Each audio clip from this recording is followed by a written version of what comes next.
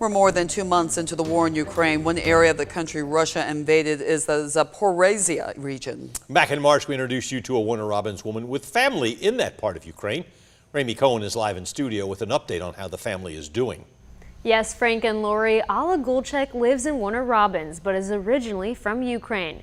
Gulchuk tells me she has close to 40 family members in a small village there. In the beginning of March, we introduced you to her friend Alla Gulchuk, who translated for Gulchuk.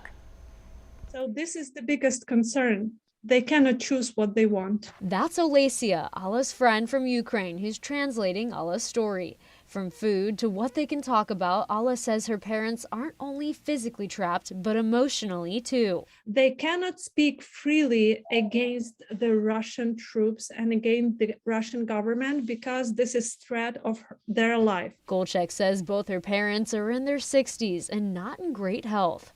Her mom has an ear infection and can't get the proper medicine to treat it. They cannot leave the village just to get the medical help, and they cannot get medical help because no one comes to them. She also fears at some point her family will run out of food.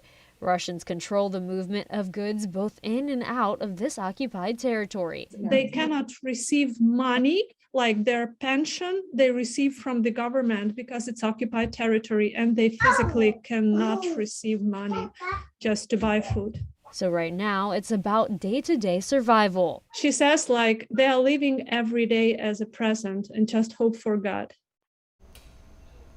Gulchuk says the hardest part of this for her family is the fact that they don't know what's going on. Thank you, Ramy. She goes on to say the region where her family lives, they cannot receive any humanitarian aid because the Russians control that area.